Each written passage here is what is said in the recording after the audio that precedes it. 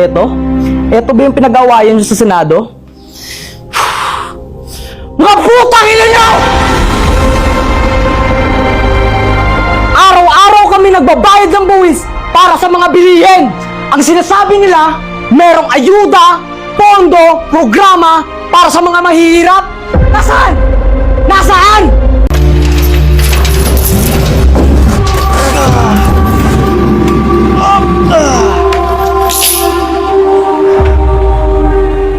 Ganito ang itsura ng 1 bilyong piso.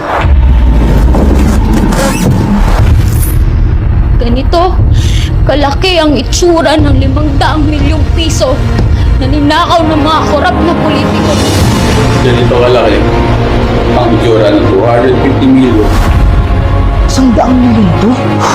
Ngayon lang ako nakakita ng ganito kadaming pera. Ganito kalaki ang itsura ng 50 million pesos. Ganito pala ang itsura ng 10 milyon na ninakaw ng mga kurap na politiko. Ganito kalaki ang itsura na 1 milyong piso ninakaw na isang kurap na politiko. Balita ko, pati mga classroom ginawa niyo ng negosyo. Alam niyo ba na ang 1 milyon na to kayang bumili ng 850 pieces na upuan para sana sa aming mga estudyante at kaya nitong punuin ng halos 30 na classroom sa iba't ibang eskwelahan. Diba sabi niyo, kabataan ng pag-asa ng bayan.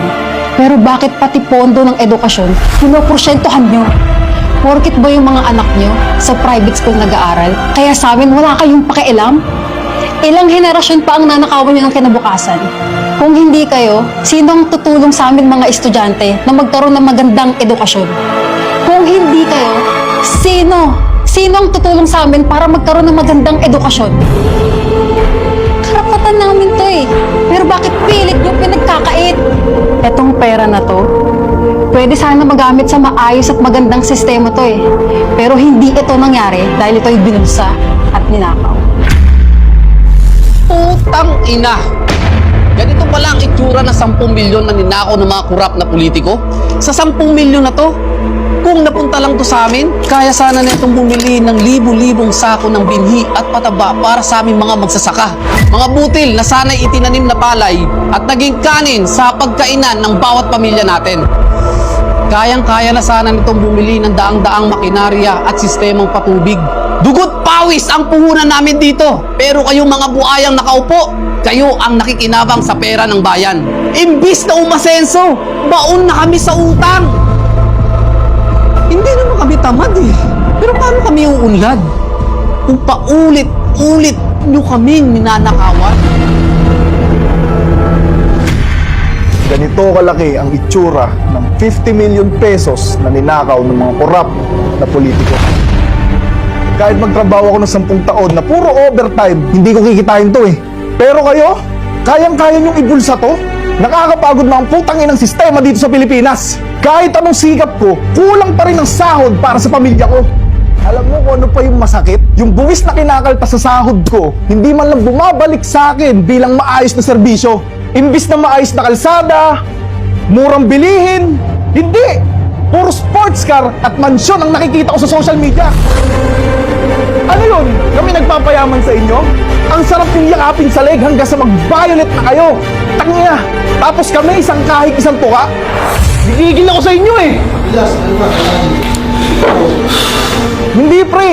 Kasi sa pera na to, kaya nitong matulungan mahigit 50,000 na manggagaong Pilipino na katulad ko at may angat ang sahod. Pero hindi! Hindi ito nangyari! Dahil ito ay binulsa at ninakaw!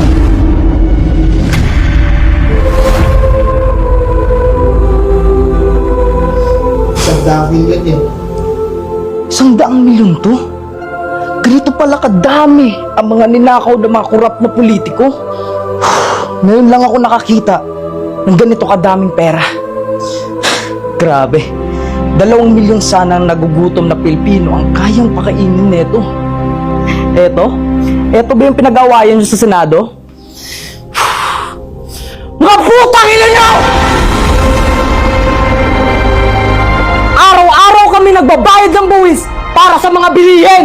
Ang sinasabi nila, merong ayuda, pondo, programa para sa mga mahihirap. Nasaan? Nasaan? Wala. Wala kaming nakikita kundi mga politikong nagpapayaman. Hindi naman namin kasalanan na pinanganak kami na mahirap. Ang gusto lang namin, mabuhay na may dignidad. Pero wala eh. Ang tingin nyo lang sa aming mahihirap, salot sa lipunan. Nagiging mahalaga lang naman kami sa inyo pag kailangan nyo ang boto namin tuwing eleksyon. Diyan kayo magaling. Pero pagkatapos nun, wala na kaming kwenta sa inyo. Ang gagarapal nyo magnakaw ng milyong-milyong pera na hindi nahuhuli, samantalang isa sa amin nagnakaw ng isang sakong bigas. Dinampot agad ng mga pulis. Sa totoo lang, ang dami sana mabubusog sa pera na to, pero hindi ito nangyari. Dahil ito ay binulsa. Tinakaw.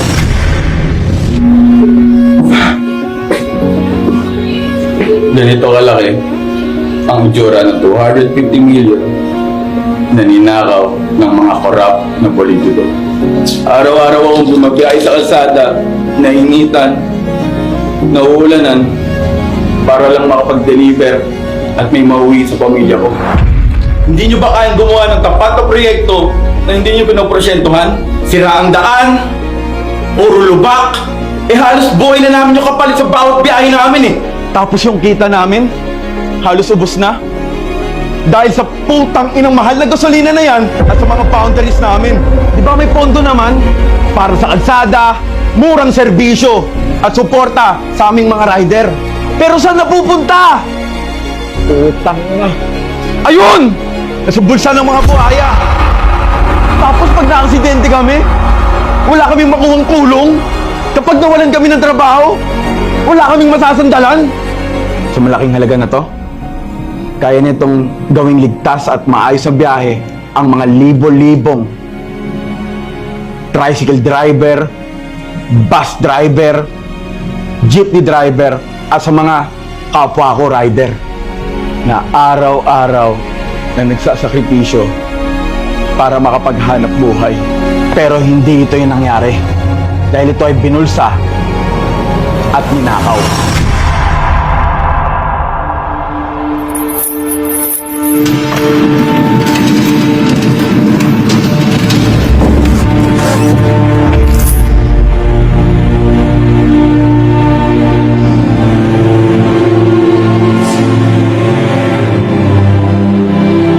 Ganito kalaki ang itsura ng 500 milyong piso na ninakaw ng mga korap na politiko.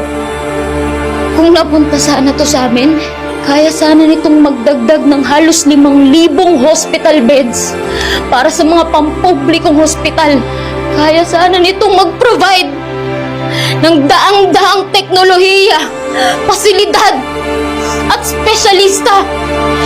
Dahil alam nyo na hindi namin kayang magpagamot sa ibang bansa. Habang kayo, general check-up sa Singapore pa? Sa US pa? Hindi ka piniling magkasakit. Pero bakit sobrang parusa ang magkasakit sa bansang to?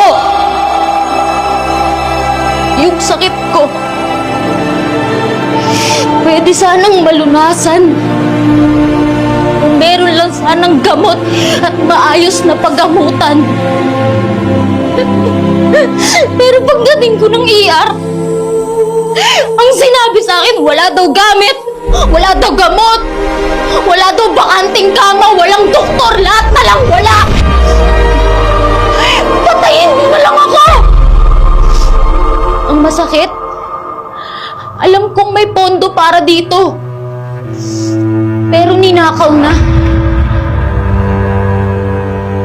Kaya imbis na gumaling ako, araw-araw na lang akong natatakot. Kinakabahan kung aabutin pa ba ako ng bukas. Dito sa Pilipinas, ang mahirap na pasyente, hindi na pinapapili kung lalaban pa o hindi na. Kasi madalas, wala na talaga kaming laban.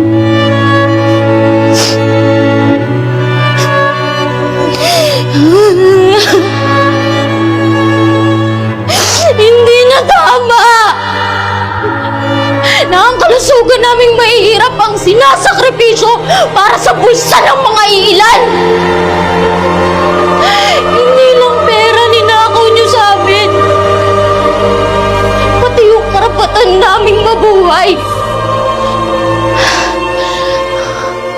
Marami sanang matutulungan at mabibigyan ng pag-asa tong pera na to. Pero hindi yun nangyari dahil ito ay binulsa at ninakaw. Ngayon tanong ko sa'yo, hindi ka pa rin ba galit?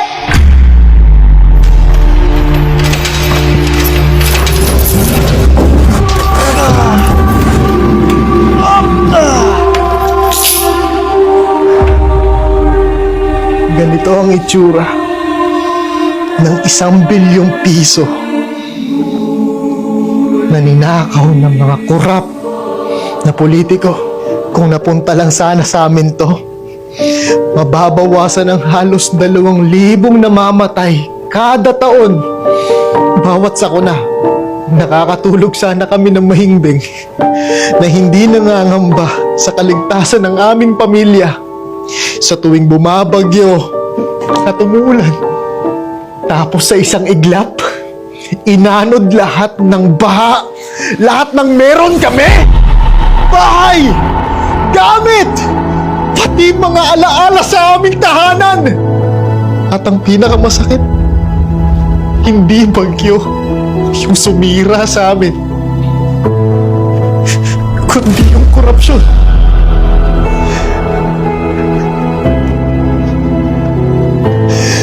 Kung nagamit lang sana sa tama itong pondo na to para sa flood control, masaya sana kami magpapasko. Kung maayos sana yung evacuation center, edi sana hindi kami nagsisiksikan na parang hindi kami tao. Kung napatayo yung mga tulay na sinasabi nilang ghost project, edi sana hindi kami na-isolate o nagugutom habang kaming lahat basang-basa at giniginaw sa labas. Kayo namang mga kurap, komportable kayong natutulog sa mga mansyon nyo galing sa taong bayan. Oo, bagyo nagdala ng baha sa lugar namin, pero ang tunay na sumira sa buhay namin ay ang kasakiman na hanggang ngayon umiiral sa ating bansa. Pero hindi pa huli ang lahat. Sana may natitira pang kahit konti na kaluluwa sa mga taong nakaupo sa gobyerno. Patuloy pa rin kaming umaasa na sambayan ng Pilipino na sa hinaharap magkakaroon tayo ng pagbabago. Para sa mga taong hindi pa bukas sa mga mata, narinig nyo na ang boses at hinanakit ng taong bayan. Ngayon tatanungin namin kayo, hindi pa rin ba kayo galit?